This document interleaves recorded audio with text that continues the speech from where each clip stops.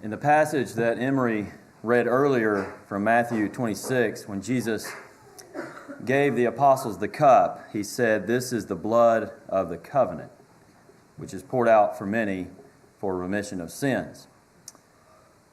This is my blood of the covenant. Now, some versions say this is my blood of the new covenant. And the reason for that is in some of the more newer manuscripts, the word new is in there. But in the older manuscripts, the word new is not there. And so it appears that what he likely said was, "This is my blood of the covenant." And it appears that the word new was later added by scribes. But either way, Jesus was talking about his new covenant. But this statement, "This is my blood of the covenant," is a direct quotation from the book of Exodus and is very significant. We're going to look in this talk this morning at the relationship of the Lord's Supper with our covenant with God. And we're going to learn how our partaking of the Lord's Supper aids each one of us in keeping our covenant that we have made with God. The word covenant basically means an agreement. And the basic agreement by God in the Bible with His people, Old Testament and New Testament, has always been this: "I will be your God and you will be my people." That's the covenant that God made with the children of Israel on Mount Sinai. What God wanted above all else was them. And what God wanted above all else for them was Him. "I will be your God and you will be my people." The Hebrew word for covenant is berith.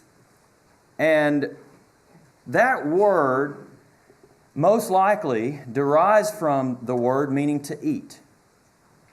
Now just think about that for a minute. So the word for covenant in the Hebrew language is almost certainly from a word that means to eat. Now why would covenant mean to eat? Well, it was by eating that a covenant was made official, that it was ratified. You see, ancient covenants were made using a three-step process. First, an agreement would be made between two or more parties. Secondly, a sacrifice would take place. And thirdly, there would be the eating of a meal to ratify the covenant. God used this process with the Israelites. I want us to turn our Bibles to Exodus chapter 19. Exodus chapter 19. Now this is after God had led the children of Israel out of Egypt, and they came down to Mount Sinai. And there they were. They had just arrived at Mount Sinai. And in Exodus chapter 19, beginning in verse 3, it says, "Moses went up to God, and the Lord called to him from the mountain, saying, 'Thus you shall say to the house of Jacob, and tell the sons of Israel, you yourselves have seen what I did to the Egyptians, and how I bore you on eagle's wings and brought you to myself. Now then, if you will indeed obey my voice and keep my covenant, then you shall be my own possession among all the peoples, for all the earth is mine. And you shall be to me a kingdom of priests and a holy nation. These are the words that you shall speak to the sons of Israel.' So Moses came and called the elders of the people and set before them all these words which the Lord had commanded him." Now this covenant that they were preparing to make with God and that God was preparing to make with them was not a covenant between equals. God chose the terms. There were no negotiations. But in verse 8, all the people answered together and said, "All that the Lord has spoken we will do." And Moses brought back the words of the people to the Lord. Israel agreed to that covenant. God then gave them in chapter 20 the 10 Commandments, which is sort of a cross-section of the law. And then He gave Moses the details, many of the details of the law to give to the people. And in Exodus 24 and verse 3, Exodus 24 and verse 3, then Moses came and recounted to the people all the words of the Lord and all the ordinances, and all the people answered with one voice and said, all the words which the Lord has spoken, we will do. And we're going to see as we continue in a moment that a third time they're going to make this same agreement. And it may remind you of our recent study at the end of the book of Joshua, in Joshua chapter 24, when the covenant was renewed at Shechem with that generation of Israelites that entered the land, that 3 times that they agreed to the covenant. And that generation kept the covenant. But this generation, we're going to talk about, they did not do that. So there's the agreement. Secondly, there's the sacrifice. As we continue reading in Exodus 24, we see sacrifices offered. Read with me starting in verse 4. Moses wrote down all the words of the Lord. Then he arose early in the morning and built an altar at the foot of the mountain with 12 pillars for the 12 tribes of Israel. He sent young men of the sons of Israel, and they offered, now pay attention, burnt offerings and sacrificed young bulls as peace offerings to the Lord. Moses took half of the blood. Now just envision this. Imagine this.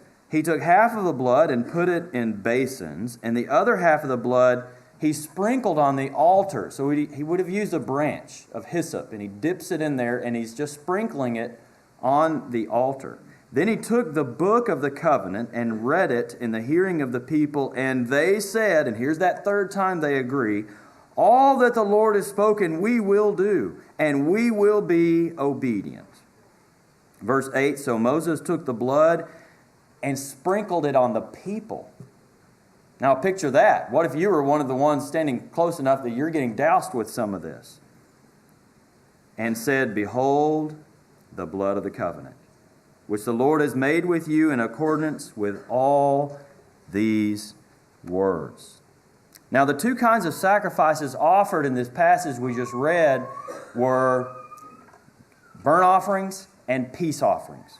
Burnt offerings were completely burnt. Nothing was eaten. But peace offerings were eaten by the priest, by the worshipers themselves. So that was the nature of peace offerings. They could be eaten. All right? And so there we see that the sacrifice is made. Now we're going to talk about the third step to the covenant process, which is the eating of the meal. And we continue reading in verse 9. Now this is just so amazing to me.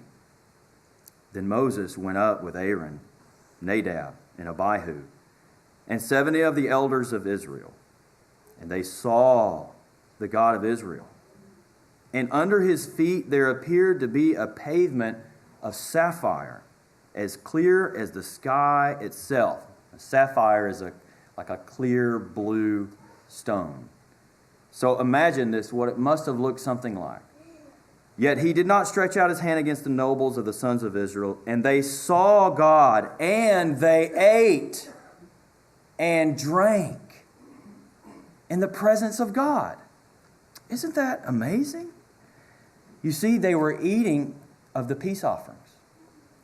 And the eating of the peace offering in the very presence of God, the other one who was part of this covenant, they were the one side, God was the other, was done as a means to seal, to close securely, to certify as correct this covenant that was just made.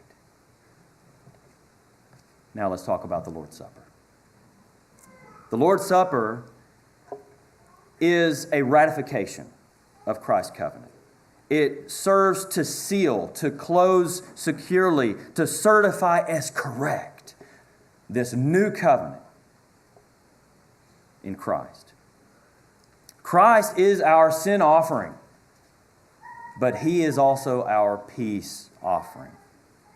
And when we take of the Lord's Supper, we are eating the peace offering. Think about that. We're eating His body and His blood, not literally, but symbolically. We're eating of the sacrifice that was made for us.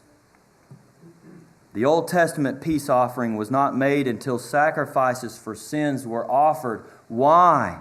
because only then did the worshipers have peace with God. The eating of the Lord's Supper affirms that we're at peace with God and that we have been forgiven through the blood of Jesus the Christ. And as Moses and the leaders ate and drank in the presence of Jehovah, so we do on the first day of every week when we partake of this meal. We are eating and drinking in the presence of Jehovah, and we are eating and drinking with Jesus Himself. He told His apostles in Matthew 26, "But I say to you, I will not drink of this fruit of the vine from now on until that day when I drink it new with you in my Father's kingdom."